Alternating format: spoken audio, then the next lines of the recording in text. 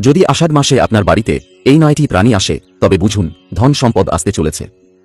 আষাঢ় মাসে হঠাৎ যদি দেখেন আপনার বাড়ির উঠোনে বা বারান্দায় একের পর এক অদ্ভুত কিছু প্রাণী ঘোরাফেরা করছে, তবে সেটা কেবল কাকতালীয় নয়। বাস্তুশাস্ত্র বলছে এই 9টি প্রাণী যদি আষাঢ় মাসে আপনার আশেপাশে দেখা দেয় তবে বুঝে নিন লক্ষ্মীর আশীর্বাদ আপনার দোরগোড়ায় এসে দাঁড়িয়েছে। কারণ আষাঢ় মানেই শুধু বর্ষার শুরু নয়, এই মাস প্রকৃতির পক্ষ থেকে একটা গোপন সংকেত বয়ে আনে যে ধন, সৌভাগ্য আর সমৃদ্ধি আপনার দরজায় কড়া নাড়ছে। বিশেষত যদি এই 9টি প্রাণী দেখা যায় তবে ধরেই নিন মা লক্ষ্মী নিজে আপনাকে ডাকছেন।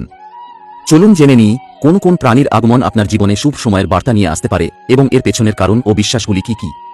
তবে তার আগে যদি আপনি চান যে লক্ষ্মী মাতার আশীর্বাদ আপনার উপর অক্ষুণ্ণ থাকুক, তাহলে এই ভিডিওটি লাইক করুন এবং চ্যানেলটি সাবস্ক্রাইব করুন এবং মন্তব্য বক্সে জয় মা লক্ষ্মী অবশ্যই লিখুন। 1. প্রজাপতি। প্রজাপতির আগমনকে শুভ সংকেত হিসাবে মনে করা হয়। বিশেষ করে সোনালী এবং বিভিন্ন রঙের প্রজাপতি দেখা অত্যন্ত সৌভাগ্যের প্রতীক। প্রজাপতির রং এবং ওড়ার ধরন অনুযায়ী ভিন্ন ভিন্ন অর্থ বহন করে। যদি আপনি আপনার বাড়ির বাগানে বা আশেপাশে রঙিন প্রজাপতি উঠতে দেখেন তাহলে তা জীবনে নতুন আশা, সুখ এবং আনন্দের আগমনের সংকেত দেয়। সোনালী প্রজাপতি বিশেষভাবে ঐশ্বর্য ও সৌভাগ্যের প্রতীক। এটি ইঙ্গিত দেয় যে আপনার জীবনে নতুন সুযোগ ও সাফল্যের দ্বার খুলতে চলেছে। প্রজাপতির জীবনচক্র আমাদের জীবনের পরিবর্তন এবং নতুন শুরুর প্রতীক।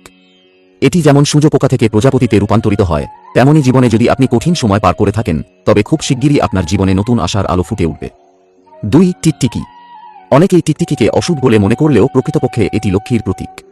হিন্দু ধর্মে বিশ্বাস করা হয় যে টিকটিকি যদি বাড়ির দেওয়ালে বা ছাদে দেখা যায় তবে তা সমৃদ্ধি এবং সুখের বার্তা বহন করে। বিশেষত যদি আপনি একসাথে 3টি টিকটিকি দেখতে পান তাহলে তা বিশেষ শুভ সংকেত। এটি বোঝায় যে আপনার জীবনে খুব শিগগিরই বড় কোনো সুখবর আসতে চলেছে। নতুন বাড়িতে প্রবেশের সময় টিকটিকি দেখা শুভ লক্ষণ হিসাবে বিবেচিত হয়। এটি অর্থনৈতিক সমৃদ্ধি এবং পারিবারিক শান্তির প্রতীক। 3. ছুচুন্দর। ছুচুন্দর বা বাদুড় সাধারণত রাতের বেলা সক্রিয় হয় এবং এটি রহস্যময় প্রাণী হিসাবে পরিচিত। তবে এটি আপনার বাড়ির আশেপাশে উপস্থিত হলে অনেক সময় তা সৌভাগ্যের প্রতীক বলে মনে করা হয়। ছুচুন্দর সাধারণত সেই স্থানে আসে যেখানে ইতিবাচক শক্তির প্রবাহ বৃদ্ধি পায়। যদি ছুচুন্দর দিনের বেলায় আপনার বাড়িতে প্রবেশ করে তাহলে এটি অত্যন্ত শুভ লক্ষণ। এটি ইঙ্গিত দেয় যে আপনার জীবনে নতুন সুযোগ আসতে চলেছে এবং সেই সাথে পূর্ববর্তী সমস্ত বাধা দূর হতে চলেছে। ছুচুন্দর আপনার ভাগ্য পরিবর্তনের বার্তা বহন করে। এই সংকেতগুলো অত্যন্ত বিশেষ এবং তা সেই ব্যক্তির জন্য আসে যার জীবন বদলে যেতে চলেছে, তাই আপনি সেই ভাগ্যবান ব্যক্তি যার কাছে এই সংকেতগুলি এসেছে। এবার মায়েরা ও বাবারা অত্যন্ত মনোযোগ সহকারে এই পয়েন্টগুলি দেখুন। একটিও পয়েন্ট মিস করবেন না, আমরা খুবই কষ্ট করে এই তথ্যগুলি সংগ্রহ করেছি। 4. তোতা। সবুজ তোতার উপস্থিতি অত্যন্ত শুভ বলে মনে করা হয়। তোতা কথার প্রতীক এবং এটি নতুন বার্তার সংকেত দেয়। যদি তোতা আপনার বাড়ির ছাদে বসে থাকে বা আশেপাশে উড়ে বেড়ায় তাহলে বুঝবেন খুব শিগগিরই আপনি ভালো কোনো সংবাদ পেতে চলেছেন। তোতা সাধারণত আনন্দ, প্রেম এবং ইতিবাচক শক্তির প্রতীক। সবুজ রং প্রকৃতির সাথে সামঞ্জস্যপূর্ণ এবং নতুন জীবনের সূচনা বোঝায়। তোতা দেখা মানে আপনার জীবনে নতুন সম্পর্ক, ব্যবসায় সাফল্য এবং পারিবারিক শান্তি আসতে চলেছে। ভক্তদের কাছে অনুরোধ, একটাও পয়েন্ট মিস করবেন না, কারণ শেষের দিকে থাকবে এমন একটি বিশেষ প্রাণীর কথা যার উপস্থিতি আপনার জীবনে রাতারাতি পরিবর্তন আনতে পারে। তাই চোখ রাখুন স্ক্রিনে এবং মনে মনে বলুন, হয়তো এই আশীর্বাদ আজ আমার জন্যই আসছে। আর আষাঢ় মাস চলাকালীন এই ভিডিওটি নিজের আত্মীয় স্বজনদের সাথেও শেয়ার করবেন। এবার দেখুন পরের পয়েন্ট। 5. উল্লু। উল্লু সাধারণত রাত্রিকালীন পাখি এবং এটি জ্ঞান ও অন্তর্দৃষ্টির প্রতীক। হিন্দু শাস্ত্র অনুসারে উল্লু দেবী লক্ষ্মীর বাহন। তাই উল্লুর উপস্থিতি অর্থনৈতিক সমৃদ্ধি এবং সুখের প্রতীক বলে মনে করা হয়। যদি আপনি দেখেন যে উল্লু আপনার বাড়ির ছাদে বসে আছে বা নিয়মিত উল্লুর ডাক শুনতে পাচ্ছেন তবে এটি নিশ্চিতভাবে শুভ সংকেত। উল্লুর উপস্থিতি মানে আপনার জীবনে অর্থনৈতিক উন্নতি এবং মানসিক স্থিতি আসতে চলেছে।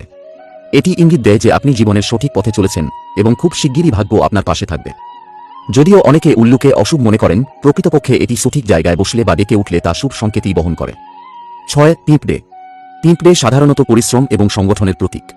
তবে পিঁপড়ে যদি পূর্ব দিকে খাদ্য নিয়ে যেতে দেখা যায় তাহলে তা শুভ লক্ষণ হিসাবে বিবেচিত হয়। এটি ইঙ্গিত দেয় যে আপনার বাড়িতে ইতিবাচক শক্তি প্রবাহিত হচ্ছে এবং আর্থিক অবস্থার উন্নতি ঘটবে।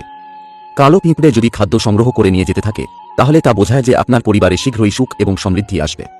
তবে লাল পিঁপড়ে ঝাঁক বেঁধে চললে তা সতর্ক সংকেত। এটি দ্বন্দ্ব বা আর্থিক সমস্যার ইঙ্গিত বহন করতে পারে। 7. ইঁদুর।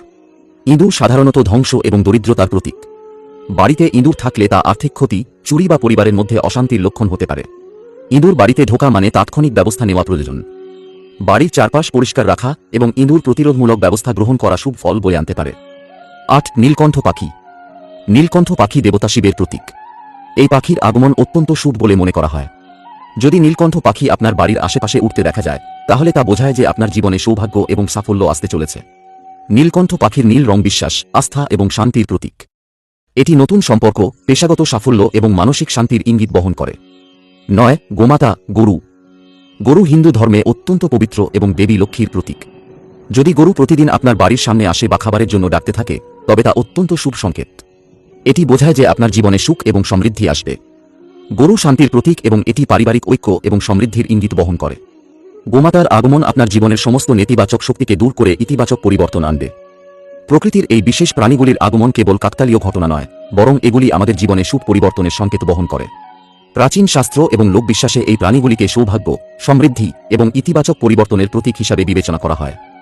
জীবনের কঠিন সময়ে এই প্রাণীগুলির উপস্থিতি আমাদের মনে আশার সঞ্চার করে এবং নতুন সম্ভাবনার দ্বার খুলে দেয়। এবার দেখুন, পূজার সময় যদি এই ঘটনাগুলি ঘটে তাহলে কি বুঝবেন। প্রথম ইঙ্গিত, চোখে জল আসা। যদি পূজা এবং আরাধনা করার সময় হঠাৎ করে চোখে জল আসে, তাহলে এটি ঈশ্বরের ইঙ্গিত যে আপনার আত্মা এবং ঐশ্বরিক শক্তির মিলন ঘটেছে। এমন অবস্থায় ঈশ্বরের সামনে আপনার মনের ইচ্ছা এবং মনোবাঞ্ছা প্রকাশ করা উচিত। এমন সময় প্রার্থনা করলে তার ফল অবশ্যই মেলে। অনেক লোক এটিকে কাকতালীয় ঘটনা মনে করে ভুলে যায় এবং ধ্যানমগ্ন থাকে, কিন্তু এটাই ঈশ্বরের কাছে কিছু চাওয়ার সর্বোত্তম সময়, কারণ এই সময়ে আপনি সেই অবস্থায় পৌঁছে যান যখন ঈশ্বর আপনার মনের কথা শুনছেন। এই জন্য যখনও পূজা করার সময় আপনার চোখে জল আসে, তখন ঈশ্বরের কাছে আপনার কষ্ট দূর করার প্রার্থনা অবশ্যই করুন। আপনার মনোকামনা অবশ্যই পূর্ণ হবে। সাথে এর আরও একটি কারণ মনে করা হয় যে আপনার অন্তরের খারাপ দিকগুলির পরিষ্করণ হচ্ছে এবং আপনার অন্তর শুদ্ধ হচ্ছে। দ্বিতীয় ইঙ্গিত, ধূপকাঠির ধোঁয়া।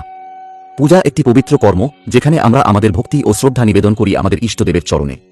এই সময় বিভিন্ন উপাচার নিবেদন করা হয়, যার মধ্যে অন্যতম হল ধূপকাঠি জ্বালানো।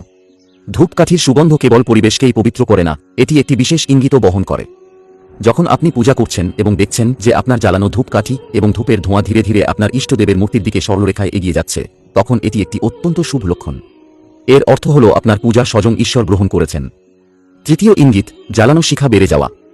হিন্দু ধর্মে অগ্নিকে পঞ্চভূতের অন্যতম এবং অত্যন্ত পবিত্র উপাদান হিসেবে গণ্য করা হয়। বিশ্বাস করা হয় যে স্বয়ং ভগবান ভোলেনাথ, শিব অগ্নিরূপে বিরাজমান।